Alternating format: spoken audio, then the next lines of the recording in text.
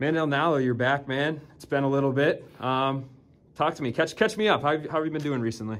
Good. I feel it's always been a little bit, at least since I've been with Bellator. You know, it's fall, Halloween's coming up. I miss Thanksgiving dinner. It feels right. You know, this is when I fight every year. So yeah, nothing's really new. Training all the time, and anything that I would tell you is new is every other guy's going to tell you is new. The world's gone mad. Yeah, that's funny you say that, because I was looking at, doing my research last night on everyone's records, and for you, it is like you said, you kind of have those long layoffs. So did this not necessarily affect you as much as some other people, do you think? Yeah, definitely not. And also, like, if you train as much as you're supposed to, it shouldn't affect you anyways. You just get to that place mentally where you can fight, and then it's easy to do. As far as, yeah, like, I wish I would have been more active as I do every year, but this year's exceptional in that we had whatever's going on.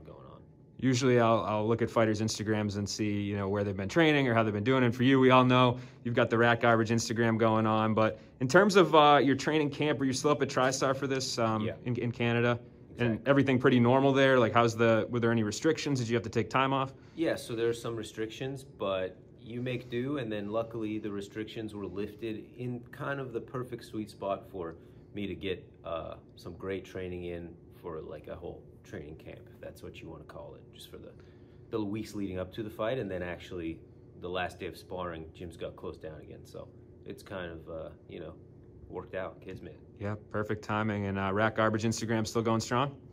Yeah, the Instagram is gone a little quiet, but yeah. I'm still making stuff. I'm just not posting it. Gotcha. Just doing it for me. Yeah, well, that makes me feel a little bit better. But let's talk to you about the last time we saw you. You suffered a loss. What went on in your head? What went wrong? What have you been able to take away from it since you've had some time to think about it? Yeah, I think that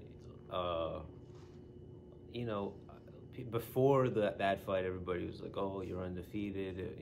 How does it feel?" It's like, it really doesn't factor in. Every fight is a thing in and of itself, and you can't take the baggage of your previous fights in, or your previous successes or defeats. And as far as the loss goes, it happened in a weird way, but at the end of the day, the guy did something that you're allowed to do in a fight, and it made it so that I couldn't fight anymore, and that was that. So just maybe change my perspective on what to do in there, and never kind of expect things to go the way. Like, going into that third round, I was like, oh, I know how I'm going to win this fight, and it's going to be very cookie cutter standard, boring, some might say, just score a decision in 15.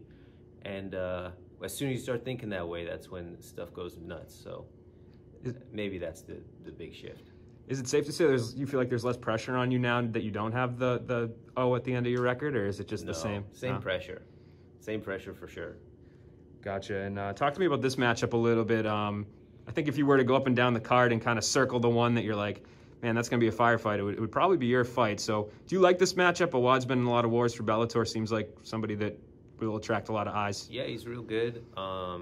So I think when two good fighters get in there, and they're both guys that are known for doing stuff that is exciting, then that's a great, exciting guys that aren't that good, gets people out of their seats. But there's something special when two good guys known for, doing stuff that's cool are fighting. So yeah, I don't know. I'm happy that people might be excited to watch this one. But at the end of the day, it's just, me fighting there. So whatever. And I know you had a blip in the radar like we talked about, but what do you think the path is to Bellator Gold? Do you feel like, Awad's a step in the right direction? Obviously, go out there, just take it one at a time, or? For sure. Yeah. I mean, the way it goes is they offer you guys, you say yes, and then you fight them and you win. That's the only way to make it in MMA in general. You just beat the guys that they tell you to fight. So, as far as, is this guy a step in the right direction? Any fight is a step in the right direction, but I think this guy especially, because he's got such a history in the promotion.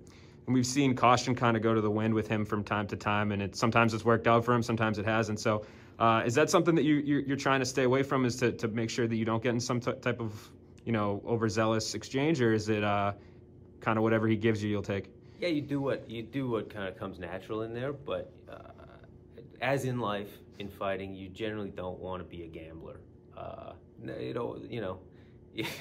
The odds are never in your favor, even unless it's your only way to get ahead in a fight.